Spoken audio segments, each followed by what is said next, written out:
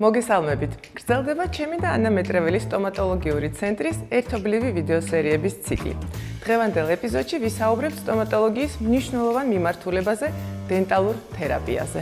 თუ ადრე კბილის ამოღება თითქმის სტანდარტულ გადაწყვეტილებად მიიჩნეოდა, დღევანდელ დღეს რეალობა რადიკალურად შეცვლილია. თანამედროვე დენტალური თერაპია კბილის გადარჩენას ემსახურება. რაც მთავარია, ეს პროცესი უკვე უმტკივნეულო, უსაფრთხო და მაქსიმალურად კომფორტულია პაციენტისთვის. დღეს ერთად გავიგებთ, თუ როგორ ხდება კბილის შენარჩუნებაზე მუშაობა ანა მეტრეველის პრემიუმ კლასის სტომატოლოგიურ ცენტრში.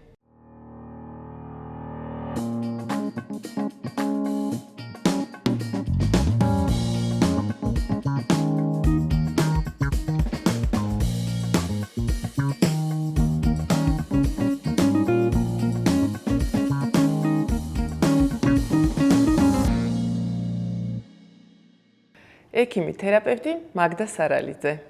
მოგესალმებით მაგდა. პირველ რიგში დავიწყოთ იმით, რომ ადრე სტომატოლოგთან ვიზიტი შიშთან და ტკივილთან ასოცირდებოდა. დღეს ეს მიდგომები შეიცვალა და რას გვთავაზობს თანამედროვე სტომატოლოგია, რატომ აღარ უნდა გვეშინოდეს ვიზიტის? მოგესალმებით ლიკა.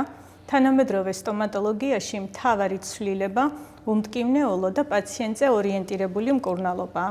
გაუმჯობესებულმა საანესთეზიო საშუალებებმა, მინიმალურმა ინვაზიურმა ჩარევამ, თანამედროვე ტექნოლოგიებმა ტკივილი პრაქტიკულად გამორიცხა. დღეს სტომატოლოგთან ვიზიტი კომფორტული, სწრაფი და უსაფრთხოა, ხოლო რეგულარული კონსულტაციები გვეხმარება სერიოზული გართულებების თავიდან აცილებაში. ამიტომ სტომატოლოგთან შიშის მიზეზი აღარ არსებობს. ის ლამაზი ღიმილის შენარჩუნების ერთ-ერთი აუცილებელი ნაწილია. მაგდა, რა არის დენტალური თერაპია და რა მიზანს ემსახურება? თერაპიული სტომატოლოგია ეს არის სტომატოლოგიის ნაწილი, რომელიც შეისწავლის კბილის კარიესის, მისი გართულებების, არაკარიესული დაზიანებების, პაროდონტის, პირისღრუს ლორწოვანი გარსის დაავადებების დიაგნოსტიკას, პროფილაქტიკას და მკურნალობას. მისი მიზანია ტკივილის აღმოფხრა, ჯამრთელი კბილებისა და ღრძილების შენარჩუნება არაქირურგიული მეთოდით. მაგდა, რა ნიშნით უნდა მივხვდეთ, რომ თერაპევტის კონსულტაცია გვჭირდება და როგორ ამოვიცნოთ, რომ დროა ჩავეწეროთ თქვენთან? იმ შემთხვევაში, თუ თქვენ გაწუხებთ დისკომფორტი ღეჭვის დროს, ტკივილი თერმულ გამღიზიანებელზე, ცივზე, ცხელზე ან ტკბილ საკვებზე, ასევე უსიამოვნო სუნი პირის ღრუდან, თუ შენიშნეთ გაქვს კარიესი, რაც შეიძლება გამოვლინდეს ღრუს სახით ან შავი პიგმენტური ლაქების სახით, ძველი ფერშეცვლილი ბჟენები, ტკივილი კბილის მიდამოში, ამ შემთხვევაში უნდა მიმართოთ ექიმ სტომატოლოგს. თქვენ ახსენეთ კარიესი. რა არის ზოგადად კარიესი, როგორ ჩნდება და როგორ ხდება მისი მკურნალობა? კარიესი ეს არის პათოლოგიური პროცესი, რომელიც მიმდინარეობს კბილის მაგარი ქსოვილების დარბილებით და დემინერალიზაციით და შემდგომში კარიესული ღრუს ჩამოყალიბებით. კარიესის გამომწვევი მრავალი მიზეზი არსებობს, ამათგან განსაკუთრებით გამოვყოფ არასათანადო ჰიგიენას და არასწორ კვების რეჟიმს, რაც გულისხმობს ტკბილეულის და გაზიანი სასმელების ხშირ მოხმარებას. კარიესის მკურნალობა გულისხმობს მის დაბჟენას თანამედროვე საბჟენი მასალებით, რომლის უპირატესობა ადრე არსებულ საბჟენ მასალებთან შედარებით არის ის, რომ გამოირჩევა უფრო მაღალი მდგრადობით, ცვეთმედეგობით, კარგი ესთეტიური მახასიათებლებით, მისი ფერი მაქსიმალურად მიახლოებულია კბილის ბუნებრივ ფერთან. მაგდა, შემინიშნავს კბილების ზედაპირზე თეთრი ლაქები. რას წარმოადგენს ეს თეთრი ლაქები და შესაძლებელია თუ არა მისი მოცილება კბილებიდან? თეთრი ლაქები გვხვდება კბილის ზედაპირზე კარიესის დროს, როდესაც არის კარიესი თეთრი ლაქის სტადიაში, შესაძლებელია იყოს ის თანდაყოლილი არაკარიესული თეთრი ლაქების გაქრობა, შესაძლებელია თანამედროვე აიკონ სისტემით, სრულიად უმტკივნეულოდ, ერთ ვიზიტში, ბორმანქანით კბილების დამუშავების გარეშე. მაგდა, როგორც ექიმი თერაპევტი, რას ურჩევდით ადამიანებს? ნუ შეგეშინდებათ სტომატოლოგთან ვიზიტით. თანამედროვე სტომატოლოგიაში манипуляციები სრულიად უმტკივნეულოა. უმჯობესია მიმართოთ თქვენ სტომატოლოგს ჩივილის გარეშე 6 თვეში ერთხელ პროფესიულ ჰიგიენაზე. გაიღიმეთ მეტად თავდაჯერებულად, თქვენი ლამაზი ღიმილი ჩვენი პრიორიტეტია. დიდი მადლობა. ახლა კი გადავიდეთ პრევენციაზე, რომელზეც ანა მეტრეველის სტომატოლოგიური ცენტრის ექიმი თერაპევტი ნინო სეფიაშვილი გვესაუბრება. მოგესალმებით ნინო. როგორ ავირიდოთ თავიდან დენტალური პრობლემები, ანუ როგორ მოვუაროთ კბილებს? მოგესალმებით. იმისათვის რომ ავირიდოთ დენტალური პრობლემები, წამყვანი როლი ენიჭება პირისკრუს სწორ ჰიგიენას. დღეში ორჯერ კბილების სწორად გახეხვა, ძაფის, ეგრეთ წოდებული ფლოსის, კბილთაშორისი ჯაგრისების გამოყენება, შაქრისა და შაქრის შემცველი პროდუქტების შემცირება, პროფესიული წმენდა და ეგრეთ წოდებული ჩეკაპი ყოველ 6 თვეში ერთხელ აუცილებელია. ნინო, თქვენ ახსენეთ ჩეკაპი. რა როლს ასრულებს რეგულარული პროფილაქტიკური ვიზიტები, ეგრეთ წოდებული ჩეკაპები, ჩვენი პირის ღრუს ჯანმრთელობაში? პროფილაქტიკა საშუალებას გვაძლევს ადრეულ ეტაპზე აღმოვაჩინოთ პრობლემები. ეგრეთ წოდებული ჩეკაპის დროს ხდება პირის ღრუს ინსტრუმენტული დათვალიერება. ამ დროს ვამოწმებთ ძილების მდგომარეობას, არის ანთებადი და სისხლდენი თუ არა. ასევე აღმოვაჩენთ კარიესის საწყის ნიშნებს. ვამოწმებთ არის თუ არა კბილების ცვეთა და არაკარიესული დაზიანებები. საჭიროების შემთხვევაში ვატარებთ 3D კომპიუტერულ კვლევას. ციფრული რენტგენი საშუალებას გვაძლევს აღმოვაჩინოთ ფარული კარიესები, სულის მდგომარეობა შევაფასოთ, ფესვის ირგვლივ ანთებითი პროცესი აღმოვაჩინოთ და ამ დროს ასევე ხდება უკვე ნამკურნალები კბილების შეფასებაც. და ბოლოს, ნინო, რას ურჩევდით პაციენტებს? ჩემი რჩევა 6 თვეში ერთხელ სტომატოლოგთან ვიზიტი და ჰიგიენის სრულფასოვანი დაცვა. ახლა კი გადავიდეთ თერაპიის ესთეტიურ მხარეზე და გავიგოთ, როგორ ხდება კბილების აღდგენა ბჟენით, ანუ მხატვრული რესტავრაცია. თემაზე გვესაუბრება ანა მეტრეველის სტომატოლოგიური ცენტრის ექიმი თერაპევტი შორენა შიაშვილი. შორენა, რა არის მხატვრული რესტავრაცია და როდის კეთდება? მხატვრული რესტავრაცია ეს არის კბილის ფერის, ფორმის და სტრუქტურის აღდგენა თანამედროვე კომპოზიციური საბჟენი მასალებით. რა უპირატესობებით სარგებლობს ეს მეთოდი და როდის კეთდება? მხატვრულ რესტავრაციას რამოდენიმე უპირატესობა აქვს. პირველ რიგში ის, რომ მისი გაკეთების დროს კბილის მინიმალური პრეპარირება არის საჭირო, ხანდახან საერთოდაც არ საჭიროებს კბილი პრეპარირებას, ანუ ბურღით დამუშავებას.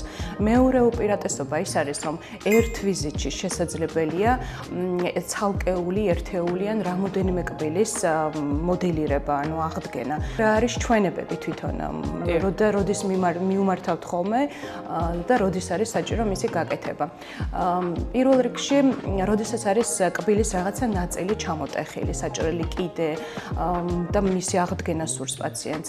მას მიმართავთ ასევე, როდესაც არის ფრონტალური კბილების კარიესები, ასევე იმ დროს, როდესაც გვაქვს კბილთა შორის სივრცეები, რასაც ჩვენ ტრემებსა და დიასთემებს უძახით.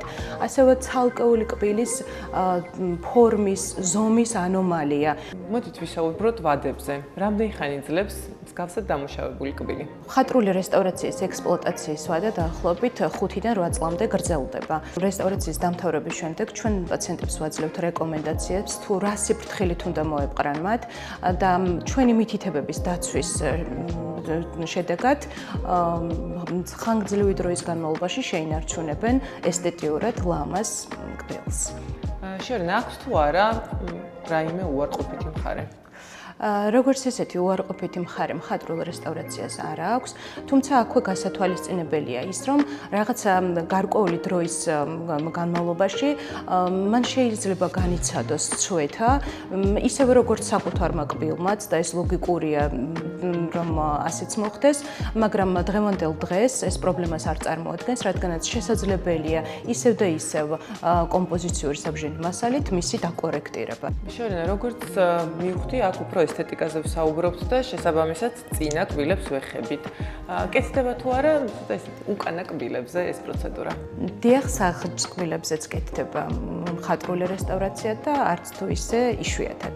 ვაკეთებთ ხოლმე მას, როდესაც დღის წესრიგში დგას კბილის ფორმის, ზომის და რაც ყველაზე მნიშვნელოვანია, საღეჭი ფუნქციის დარღვევა. თითოეულ კბილს თავის ანატომიური აგებულება აქვს. მას აქვს რამოდენიმე ბორცვი, ფისურა თუ ჩაღრმავება. ეს აგებულება ანატომიური კბილმა არ უნდა დაკარგოს მაგალითად კარიესის დაბჟენის შემდეგ.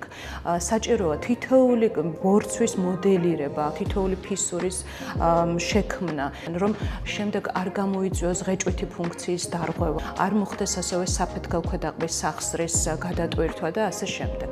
ანუ ეს ძირითადად საღანჭი კბილების რესტავრაცია ძირითადად ესე იგი კეთდება, როდესაც გვაქვს კარიესები, როდესაც გვაქვს კბილის ცვეთა, ბრუქსიზმის დროს განვითარებული კბილის სიმაღლების დადაბლება ხდება მხატვრულად, მისი ზომების გაზრდა, ამაღლება და ასევე როდესაც გვაქვს მაგალითად ძველი ბჟენები, კოლოფისებური ბჟენები, რომელსაც აბსოლუტურად დაკარგული აქვს კბილის ფორმა, საჭიროა მათი ხელმეორედ გამოცვლა, სრულად მოხსნა და ანატომიური ფორმების შექმნა. შეჯამების სახით კი შემიძლია ვთქვა, რომ როგორც ფრონტალური კბილების მიდამოში თუ მხატვრულ რესტავრაციას ჰქონდა უფრო ესთეტიური დატვირთვა და ეს ყველაფერი სილამაზეს ემსახურებოდა, საღეჭი კბილების მიდამოში, საღეჭი კბილების შემთხვევაში კი ეს არის უფრო ფუნქციის აღდგენა და შემდეგ ესთეტიურობა.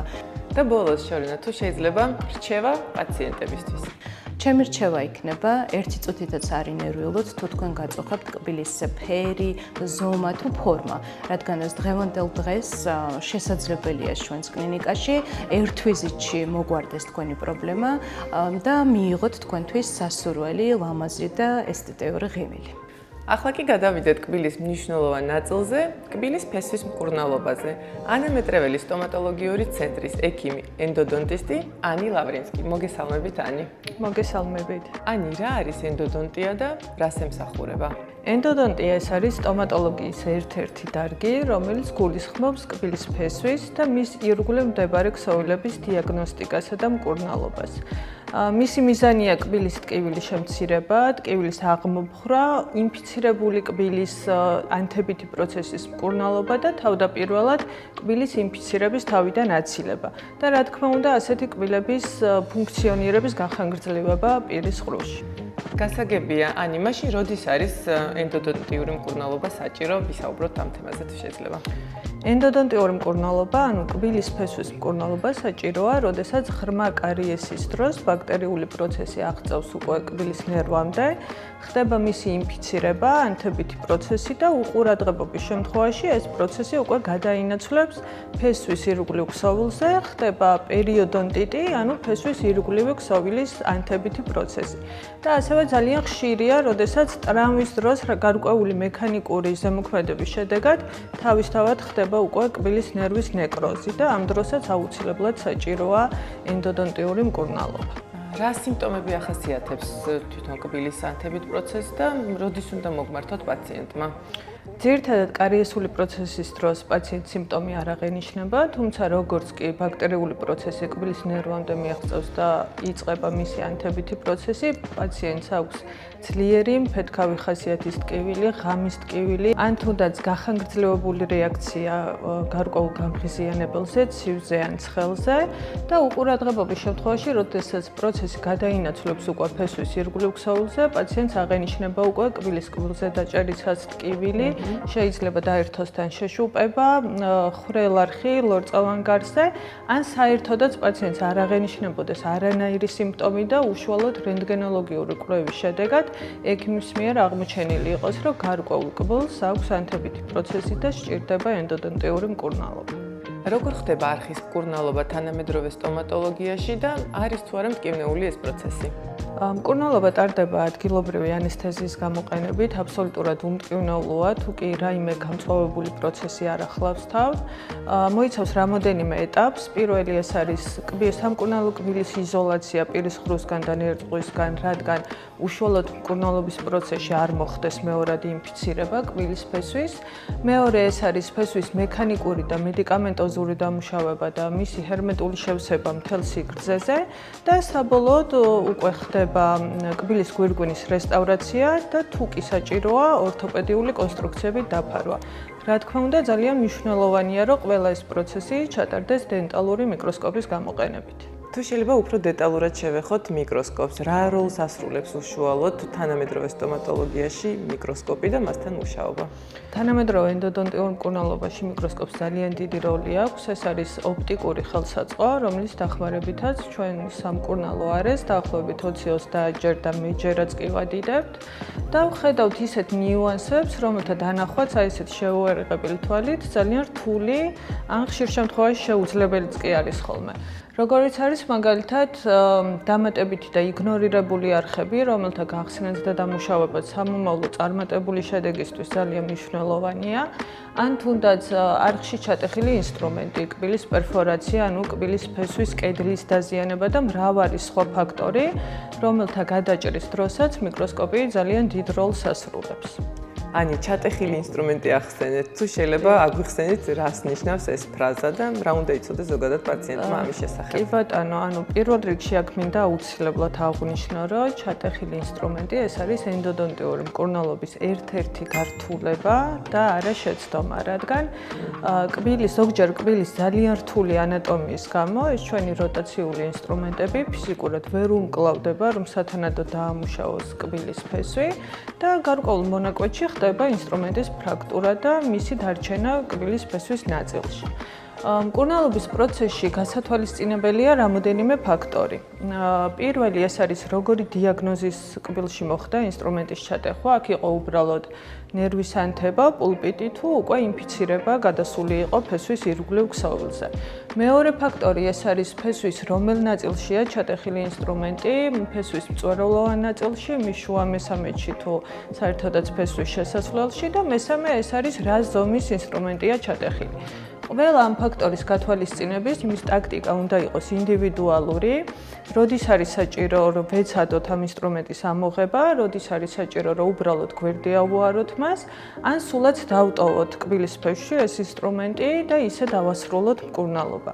თუმცა აქვე გასათვალისწინებელია ისიც რომ ზოგადად ექიმის სწორ ტაქტიკასა და მიდგომასთან ერთად გასათვალისწინებელია აუცილებლად პაციენტის ზოგადი ჯანმრთელობის მდგომარეობა, მისი იმუნიტეტის მდგომარეობა, ნივთიერებათა ცვლა და მრავალი სხვა ფაქტორი, რომელიც ეხმარება ექიმს წარმატებული შედეგის მიღწევაში. ამიტომ მნიშვნელოვანია ასეთი კბილების დაკვირვება და დინამიკაში მათი შემოწმება.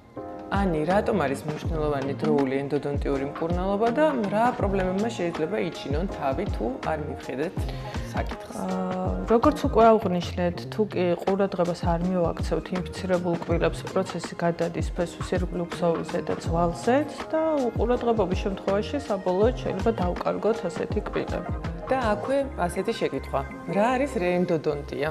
რეენდოდონტია, ანუ განმეორებითი ენდოდონტიური მკურნალობა ტარდება მაშინ, როდესაც პირველად ჩატარებული მკურნალობა წარუმატებელია, მაგალითად, როდესაც ვერ მოხდა თავის დროზე ეს დამატებითი და იგნორირებული არხების გახსნა და მათი დამუშავება, რამაც გამოიწვია მეორადი ინფიცირების განვითარება, ან თუნდაც მექანიკურად, მედიკამენტოზურად სრულყოფილად არ დაამუშავეს, ჰერმეტულად არ შეივსო კარგად და მოხდა ბაქტერიული პროცესის გამრავლება და შემდეგ პროცესის გამწვავება.